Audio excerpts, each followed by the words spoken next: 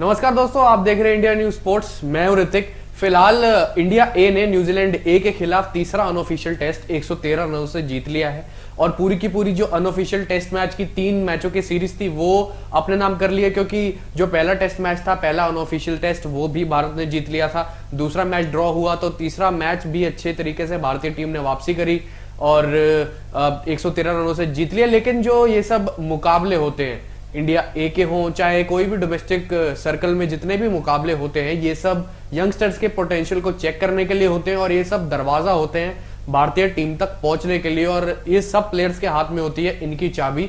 और इंडिया ए से खेलने के लिए एक ऐसा आपके लिए प्लेटफॉर्म है, वो अपने आप में एक चाबी बन जाता है इंडियन टीम का दरवाजा खोलने के लिए। और इस बारी इस जो 3 मैचों की अनऑफिशियल टेस्ट सीरीज थी, उसमें सबसे काबिल जो प्लेयर या कह सकते हैं बल्लेबाज निकल के आया है वो है रजत पाटीदार। उन्होंने अपना डेब्यू करा था इस बार इंडिया ए से न्यूजीलैंड ए के खिलाफ, तो पहले ही मैच में यानी अपने डेब्यू मैच में 176 रनों की उन्होंने पारी खेली। और वहीं अब देखें तो दूसरी पारी में भी जाते जाते जब 359 पर 7 आउट होके इंडिया ने डिक्लेयर करा, तब रजत पाटीदार नॉट आउट गए थे, शतक उन्होंने तब बनाया। तो इस पूरे के पूरे 4 पारियों में, यानी कह सकते हैं हम 3 टेस्ट मैच के जब रजत पाटीदार ने जिन जिन पारियों में बल्लेबाजी करी, 4 पारियों में बल्लेबाजी करी उन्होंने और 300 से अधिक रन उन्होंने बनाए। और किसी भी प्लेयर ने, किसी भी बल्लेबाज ने 300 से अधिक रन नहीं बनाए। और पूरे के पूरे most runs by any player का जो खिताब था रजत पाटीदार को गया। और खैर जो गेंदबाजी की बात करें तो सौरभ कुमार ने, बात करें तो जो तीसरा अनऑफिशियल टेस्ट है उसमें 9 विकेट चटकी, 4 पहली पारी में, 5 दूसरी पारी में। मुकेश कुमार ने अच्छी गेंदबाजी करी, अच्छे टप्पे पर गेंदें करी और बैट्समैन को रन्स बनाने से अंकुश लगवाया और रिस्ट्रिक्शन बहुत अच्छी दी उन्होंने गेंद से, सटीक टप्पों पे गेंदबाजी। और तो यही सब प्लेयर्स निकलकर आगे आ रहे हैं और सबसे ज्यादा मजबूती दिखाई रजत पाटीदार ने। खैर ऋतुराज गायकवाड़ ने, जिनका बल्ला आईपीएल से ही काफी शांत है और उसके बाद उन्होंने डोमेस्टिक के भी काफी मुकाबले खेले, उसमें भी खास उनका बल्ला नहीं चला। लेकिन अब इंडिया ए में जो तीसरा अनऑफिशियल टेस्ट था उसकी पहली पारी में उन्होंने शतक लगाया था, तो वहां से उम्मीद यही जताई जा रही थी कि ऋतुराज गायकवाड़ की वापसी होगी। फिर उसके बाद जब दूसरी पारी आई तो 94 रनों की पारी उन्होंने खेली, सिर्फ 6 रनों से चूक गए ऋतुराज गायकवाड़ अपनी सेंचुरी से। और वापस आते हैं रजत पाटीदार पे, तो उनकी अगर हम ओवरऑल की बात करें, जो इस साल 2022 में उन्होंने अपना फर्स्ट क्लास कैरियर खेला है, तो कितना शानदार खेला उसके मैं आपको स्टैट्स बताता हूँ। 13 पारियों में उन्होंने 950 से ज्यादा रन बना चुके हैं और एवरेज है 88.81 का। तो एक इनक्रेडिबल प्लेयर के रूप में रजत पाटीदार सामने आ रहे हैं और धीरे धीरे ऐसी ही पारियां खेलकर वो भारतीय टीम के लिए अपना जो है, जो उनके आगे दरवाजा खड़ा करा हुआ है, वो खोल लेंगे रजत पाटीदार। और जिस तरीके से उन्होंने आरसीबी के फ्रेंचाइजी के लिए साल 2022 में आईपीएल में सेंचुरी लगाई थी, तो वहां से ही पता लग गया था कि रजत पाटीदार की बुक में सारे क्रिकेटिंग शॉट्स हैं और पोटेंशियल है इस खिलाड़ी में, पेशेंस है, पुल बहुत अच्छा लगाते हैं, ड्राइव्स बहुत अच्छा लगाते हैं, गेंद की पिच पर जाकर खेलते हैं, मेरिट पर खेलते हैं। ये सब चीजें हैं रजत पाटीदार को के पास, बस उनको प्लेटफॉर्म मिलना चाहिए था। उनको प्लेटफॉर्म मिला इंडिया ए से और उन्होंने करके भी दिखाया। तो 300 से ज्यादा रन बनाए हैं उन्होंने 4 पारियों में इस बारी, तो बेहतरीन तरीके का क्रिकेट दिखाया उन्होंने।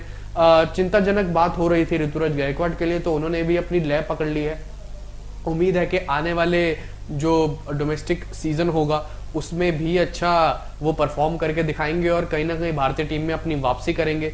T20 साइड में भारतीय टीम में उनको रखा गया था ऋतुराज गायकवाड़ को, लेकिन अब ओपनिंग में रखा गया था रोहित शर्मा की जगह। जब तक रोहित शर्मा चोटिल थे तब तक ऋतुराज गायकवाड़ की फॉर्म नहीं थी, बिल्कुल भी लय पकड़ नहीं पा रहे थे, अननेसेसरी शॉट्स खेलकर आउट हो रहे थे, माइंडसेट राइट प्लेस पर नहीं था। लेकिन ये जो थी test series, unofficial test series में उन्होंने दिखाया कि पेशेंस अगर दिखाए तो आपका पोटेंशियल भी बाहर निकल कर आता है, थोड़ा सा विकेट पर वक्त बिताने से होता है सब कुछ।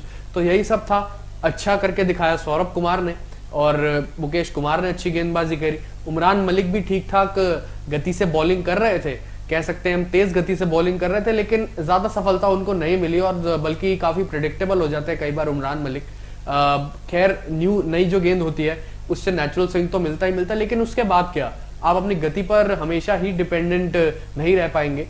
और कहीं ना कहीं उमरान मलिक को अभी और गेंदबाजी पर काम करने की बहुत जरूरत है। एबिलिटी में कोई शक नहीं है, उमरान मलिक की बेहतरीन गेंदबाज है, लेकिन लाइन और लेंथ में कंट्रोल आ जाए, स्विंग पर कंट्रोल आ जाए और इसी गति के साथ बॉलिंग करते रहे तो कप्तान उन्हें एज अ स्ट्राइक बॉलर के लिए रख लेगा। फिलहाल रजत पाटीदार की तारीफ करनी होगी, बेहतरीन उन्होंने सारा का सारा प्रदर्शन किया। एक आखिरी आंकड़ा मैं रजत पाटीदार के बारे में आपको मैं बता दूं तो वो है कि जब से 2022 शुरू हुआ है, तब जब से 2022 में फर्स्ट क्लास क्रिकेट शुरू हुआ, तब से वो जब क्वार्टर फाइनल हुआ था रणजी का, तब भी उन्होंने बात करें तो 85 रनों की पारी खेली थी।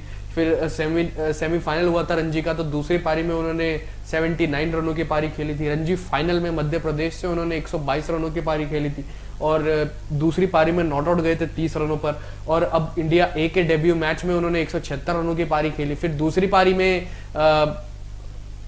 फिर उसके बाद देखें अगर हम तीसरे अनऑफिशियल टेस्ट में उन्होंने 100 बनाया और 100 से अधिक रन बनाए थे, तो 300 से अधिक रन बनाए और किसी भी बल्लेबाज ने इस पूरी अनऑफिशियल टेस्ट मैच की सीरीज में इतने ज्यादा रन नहीं बनाए।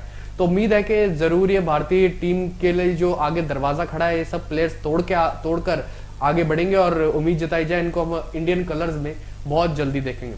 फिलहाल इस पेशकश में इतना ही।